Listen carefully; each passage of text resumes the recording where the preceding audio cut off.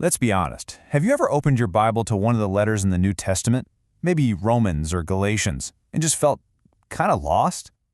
It can feel like you're reading someone else's mail, right? Like you've stumbled into a conversation full of inside jokes and references that just go right over your head. But what if I told you that a simple shift in how you see these letters could change everything?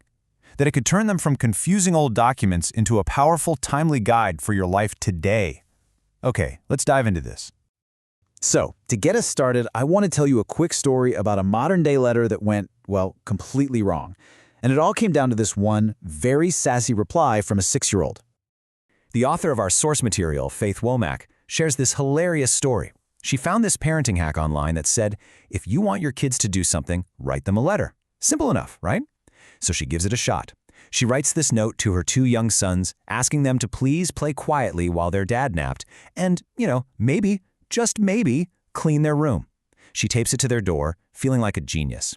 A few minutes later, her oldest son walks in, holding the note, and inside, he'd scrawled his own reply. I'm too tired. And that one funny moment, it actually gets right to the heart of why we sometimes struggle so much with the letters we find in the Bible. I mean, that story just nails the problem, doesn't it? We tend to think of letters as personal things, tied to a specific time and place. And, as her son proved, they're super easy to ignore if you don't think they apply to you. That exact mindset is what can make reading the Bible's letters, the epistles, feel like such a challenge. We automatically assume they weren't really written for us.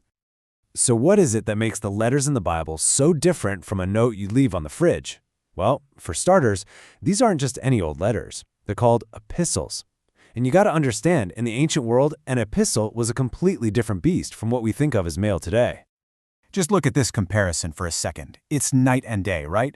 Our modern messages, texts, emails, whatever, they're usually casual, private, and honestly, pretty disposable. But an ancient epistle? Whoa, it was the total opposite. It was authoritative. It was meant to be read out loud to the public, to an entire community. It was cherished, treasured as a valuable document, and it wasn't instant. It was incredibly expensive and difficult to write and deliver. I mean, really think about it. These letters were written by the apostles, people who literally walked and talked with Jesus. They were carried by hand, read aloud to the whole church, and then someone would have to painstakingly copy every single word by hand so it could be passed on to other churches. The sheer amount of time, money, and effort involved meant that every single word was chosen with incredible care and purpose.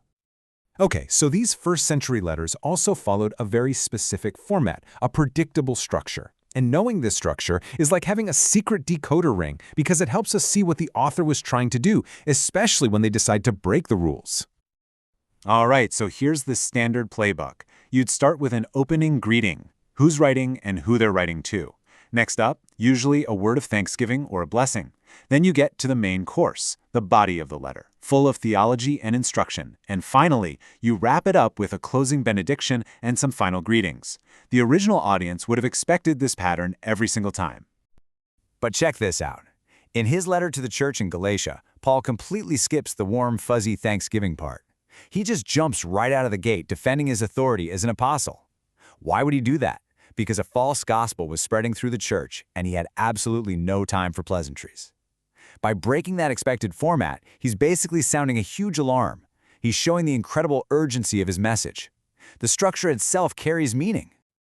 Okay, so we've established these letters are important. Public documents with a very deliberate structure. That's a huge step forward. But the real game changer, the big aha moment, comes when we finally understand where these letters and where we fit into the grand storyline of the entire Bible. To really get what the epistles are all about, we have to start by asking this question. It might sound a little philosophical, but figuring out our place in the biblical narrative is the absolute key to unlocking these letters. And this image, it lays out the whole big picture perfectly. See, the Bible tells one massive, overarching story.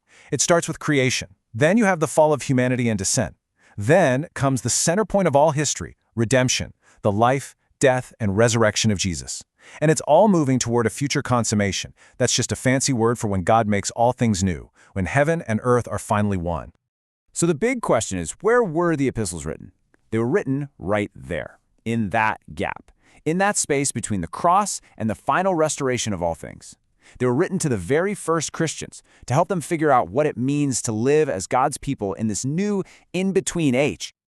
And here it is. This is the crucial point. We are living in the exact same chapter of God's story as the people who first received these letters.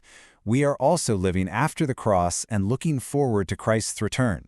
So you see, the epistles weren't just written to them. In a very real and profound sense, they were written for us. And when you realize this, when it clicks that we share the same spot in the story, it changes everything. It's like putting on a new pair of glasses. It gives us a new, heavenly perspective that totally transforms how we read and apply these ancient documents to our lives right here, right now.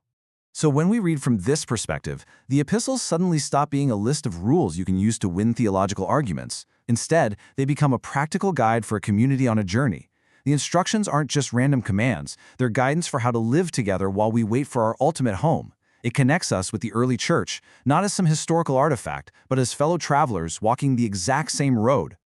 So the next time you open up to Romans or Ephesians or any of the epistles, just remember, this isn't someone else's mail. This is a timely, authoritative, and deeply relevant guide written for your journey home. So if these letters are a guide for the journey between the cross and heaven, how does that change the way you'll read them next time?